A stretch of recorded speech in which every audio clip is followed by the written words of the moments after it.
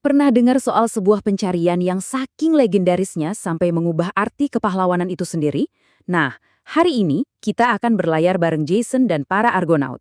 Misi mereka benar-benar mustahil merebut bulu domba emas. Ini adalah sebuah perjalanan yang bakal menguji segalanya. Ambisi, keberanian, dan pada akhirnya kemanusiaan mereka. Tapi ada satu pertanyaan penting nih yang bakal terus muncul di sepanjang cerita kita. Sebenarnya apa sih yang bikin seseorang itu jadi pahlawan? Apakah karena misi hebat yang mereka jalani? Atau justru karena akhir hidup mereka? Coba deh, simpan dulu pertanyaan ini baik-baik selagi kita menyelami kisah Jason, karena jawabannya, wah, jauh lebih rumit dari yang kita kira. Oke, kita mulai ceritanya dari kerajaan Iolcus. Di sana ada seorang pangeran bernama Jason yang seharusnya jadi raja. Tapi tahtanya justru direbut oleh pamannya sendiri, Pelias, yang gila kekuasaan. Jadi bisa dibilang, sejak lahir pun hidup Jason itu udah jadi perjuangan buat merebut kembali apa yang semestinya jadi miliknya. Jadi gini, Raja Pelias ini hidup dalam ketakutan. Kenapa? Karena ada sebuah ramalan yang bilang, hati-hati sama orang yang cuma pakai satu sandal. Nah, bayangin aja gimana paniknya dia waktu tiba-tiba seorang pemuda bernama Jason datang menuntut tahta dengan satu kaki telanjang. Sandalnya hilang satu di sungai. Momen itulah awal dari segalanya. Takdir bener-bener lagi ngetuk pintu istana. Pelias yang licik sekaligus penakut nggak berani membunuh Jason terang-terangan. Jadi dia bikin rencana yang jauh lebih jahat. Sebuah misi bunuh diri. Tugasnya apa? Mengambil bulu domba emas. Ini bukan sembarang barang ya. Ini relik suci yang berkilauan, simbol kekuasaan para dewa.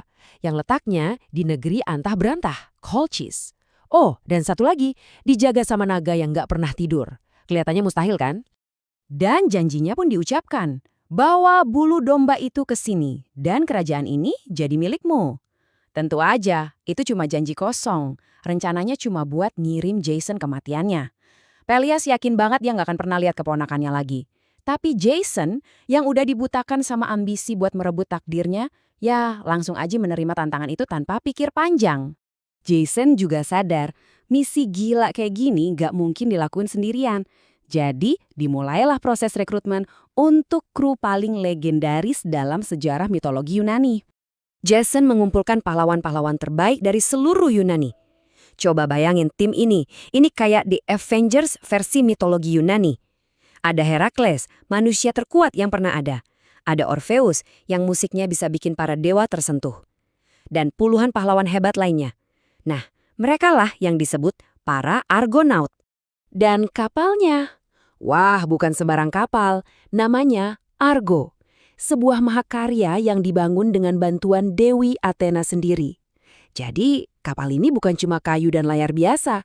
Katanya kapal ini hidup, super cepat, dan kuat banget, siap buat membawa para pahlawan terhebat Yunani menuju takdir mereka. Oke, panggung sudah siap untuk petualangan terbesar yang pernah ada. Dengan kru terbaik dan kapal terhebat, perjalanan mereka akhirnya dimulai. Tapi, lautan di zaman mitologi itu bukan tempat yang bersahabat ya. Lautan itu menyimpan kengerian yang nggak bisa kita bayangkan. Perjalanan ke Colchis itu benar-benar kayak neraka di lautan. Mereka hampir aja nggak selamat dari Lemnos, sebuah pulau yang isinya para wanita pembuluh. Mereka harus melawan harpi yang mengerikan, monster setengah wanita, setengah burung. Dan yang paling bikin merinding, mereka harus berlayar melewati batu yang beradu, dua tebing hidup yang bakal menghancurkan kapal apapun yang nekat lewat. Setiap rintangan benar-benar menguji mereka sampai ke batasnya. Setelah perjalanan yang super melelahkan, mereka akhirnya sampai di Colchis. Tapi ternyata rintangan terbesar mereka bukan monster atau badai lagi. Rintangan terakhir ini adalah manusia. Dan solusinya bukan lagi soal kekuatan fisik, tapi tentang sihir, cinta, dan pengkhianatan yang nggak akan pernah kita duga. Raja Aetes dari Colchis ternyata sama liciknya kayak Pelias. Dia setuju ngasih bulu domba itu, tapi ada syaratnya. Jason harus menyelesaikan 3 tugas mustahil. 1. Jinakin 2 banteng yang napasnya api. 2. Bajak ladang pakai banteng-banteng itu. Dan 3. Menabur ladang pakai gigi naga yang nanti bakal tumbuh jadi pasukan tengkorak hidup. Ini sih hukuman mati yang dibungkus jadi tantangan. Nah, disinilah muncul tokoh kunci yang mengubah segalanya. Medea. Dia ini putri Raja Aetes sendiri. Seorang penyihir yang kekuatannya luar biasa. Para dewa, entah kenapa, bikin dia jatuh cinta sama Jason. Ini bikin media ada di posisi yang sulit banget, setia sama ayahnya atau bantu cowok yang dia cintai. Dan dia memilih Jason. Untuk setiap tantangan yang mustahil dari ayahnya, Medea punya jawaban sihirnya. Berkat bantuan sihir Medea, Jason berhasil melakukan hal yang mustahil. Dia menaklukkan banteng api, mengalahkan pasukan tengkorak, dan menidurkan si naga penjaga.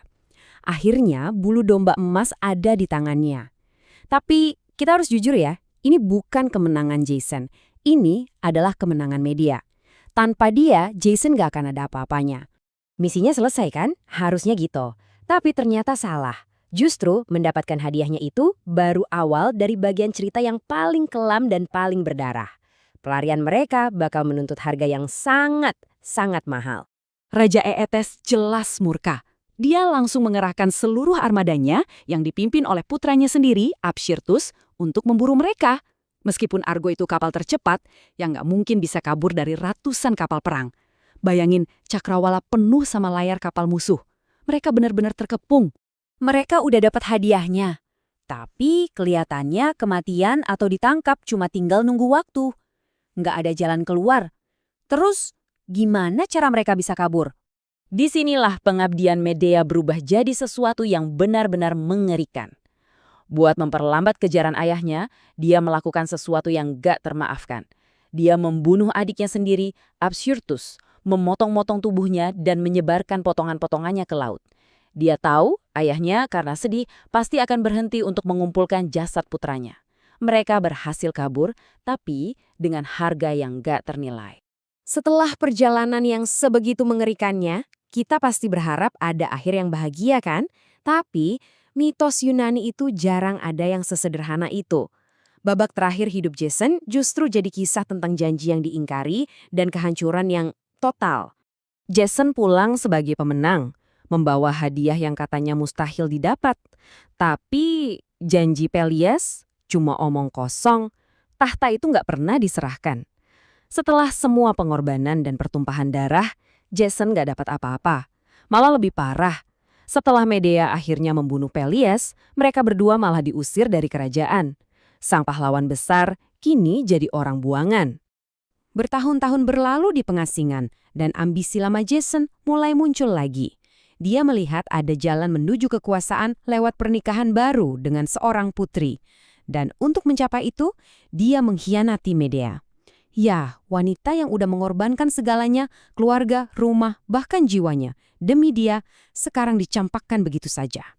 Pengkhianatan ini adalah kesalahan paling fatal dalam hidup Jason. Medea, yang hatinya hancur lebur dan dipenuhi amarah, melancarkan balas dendam yang gak terbayangkan.